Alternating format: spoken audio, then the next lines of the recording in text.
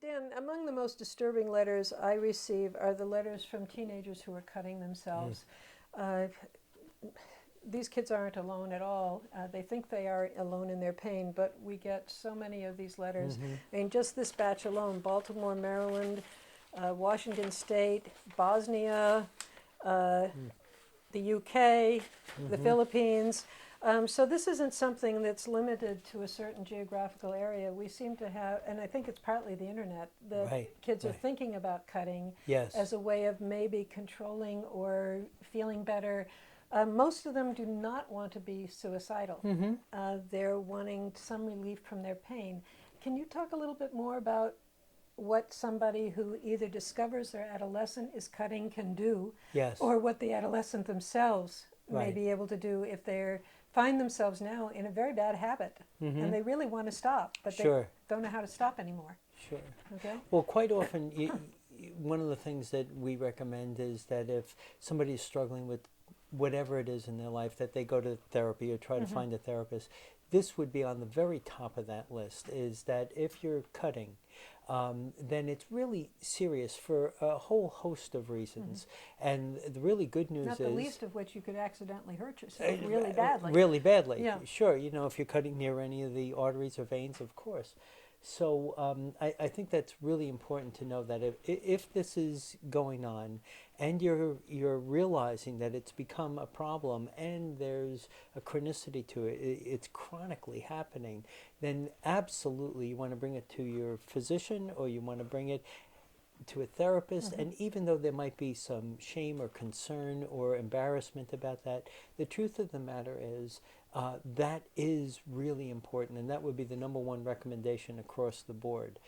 The reasons why I think can be very varied, but I think underneath it is that people want to feel something, and that even the fact that they're doing this to themselves, a self-injurious kind of behavior, is that they want to feel something.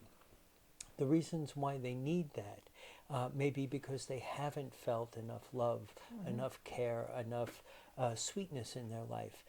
But this becomes a way where they can manage that, they can control that, they can bring that to them, and that's why there's a little bit of a release. But you really need to have someone else with you in that process. To help overcome it. Exactly. A therapist, a physician. A therapist presumably can help a young person open themselves up to their feelings and feel in control of that. Absolutely. Absolutely. Now, I would offer another explanation. I think sometimes it's not so much they want to feel something as they want to distract themselves from another pain. Good point. And one of the best ways to control pain is to give yourself another pain. So one of the things I taught my own kids when they go to the dentist and they don't like the dentist, even though dentists aren't as painful as they used to be, Right. is if they squeeze their skin with their fingernail and now they focus on that, Right. then they're not going to feel this, Right. at least not feel it as powerfully. Yes. And I wonder if some of these kids have discovered, they've stumbled on it in one way or another, that if I cut myself, then instead of feeling the emotional pain of my boyfriend betraying me, or my parents giving me a hard time, or I'm failing in school, well, now I can focus on the pain of the cut. Yeah. And that feels like something I can control. And tangible. And it's tangible, right? That's a really good point, because I think it's like they can either feel something or feel something else. Feel something I can, else, It's like Yeah, I can. right. This is concrete, and I can control this. That I might not have control over, but this I can control. Do you have any suggestions for when a young client minimizes? Oh, it's not that bad. I cut on my leg and nobody sees. Or it's not that bad. Yeah. I only cut twice a day. Or it's not that bad. And meanwhile, I'm going, what? You're Right. cutting yourself. You're bleeding. Right. You've had 6 trips to the emergency room in the last 2 months. What do you mean it's not so bad? But there is that tendency to normalize, Sure. especially if friends are also doing it. Yes. And that, sure. that would be Everybody's doing it. Yeah. everybody's doing it, and that Sure. really worries me, because there are Right. some groups of young students who are doing it together, Yes. or doing it and then telling each other about Right. it. Right. So, do you have any notion of how to help a parent or another therapist Right. Get people out of that. This isn't so bad. What's your problem? It's all your problem that you're upset about this. Yeah, I think that's it's a really tough Yeah. thing to try and respond to. So let me just say that the two primary defense mechanisms are denial and minimalization when it comes to this. I'm not doing it, and if I am, it's no big deal. It's like that kind of It's thing. your problem, not mine. Right. So I think one way to approach it is that once somebody realizes that they have to keep defending their position, where they have to keep saying Or keep it's it no secret. keep it secret, or defend against it. Absolutely, if they feel like it's something they can't tell, or they feel like it's something that they have to keep defending, that is the first clue. One of the ways the unconscious protects us is through doing things over and over again. So if we keep coming back to, I have to keep this secret, or I have to defend this position, that might be the first clue that something isn't quite right.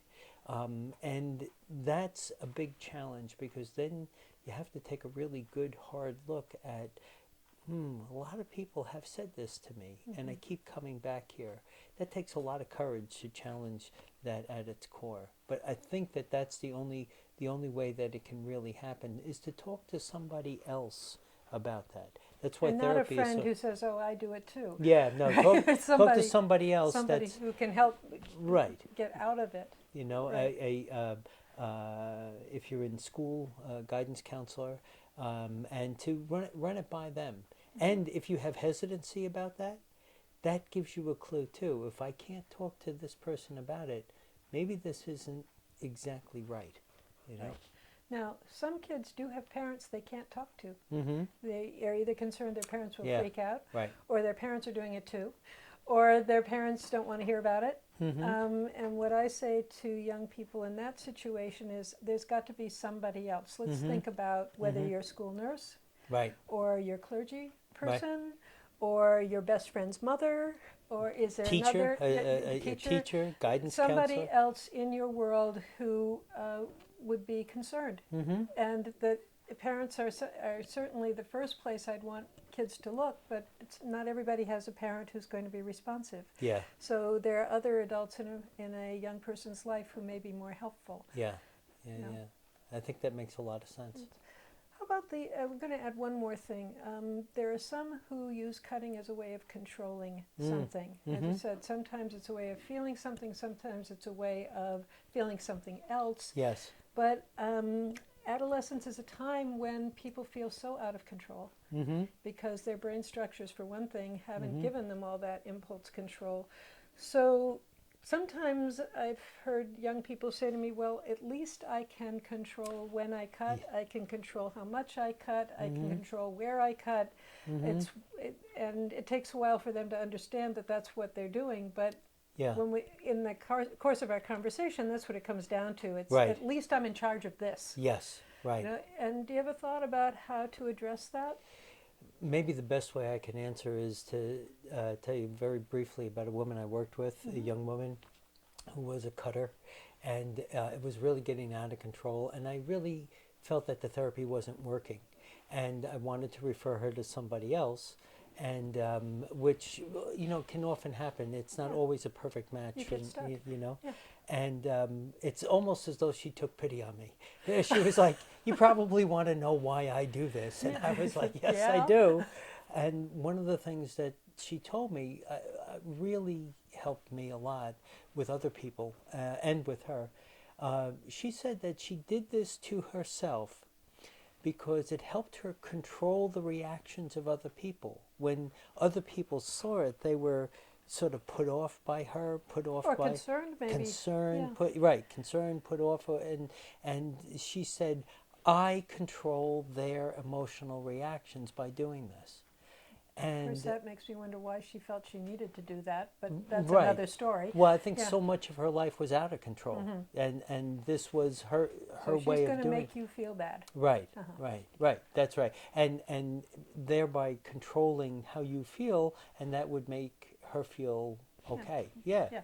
makes her feel like she's in charge. And one of the things that happened is we flipped that around, and I said, I think they're controlling you because now that means you have to do this in order to make them feel something. You have to cut yourself in order to do that. So you don't have the control. Everybody else in the world that you're trying to make feel this way becomes sort of the puppeteer. They're controlling you in this manner. And for some reason, that seemed to flip a switch for her, because she realized that she had to do this. Right. And she didn't really have a choice anymore. Yeah. Because now, whenever she went to a new place, new people, new whatever, she had to do this as a way of trying to manage their feelings. And I said, when you don't have a choice, you're not in control. You know, what occurs to me as we talk is that in all cases, it's paradoxical.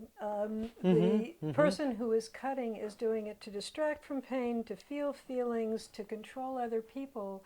But ultimately, they're now in the grip of what is almost an addiction. Yeah. Maybe could be called an addiction. I think that's and very in their accurate. efforts to have some control, they've now lost control. Right. And so part of what I would want young people who are watching this to think about is, if it's gotten to the point where they're cutting regularly, hurting themselves regularly, they're no longer in charge. Yeah.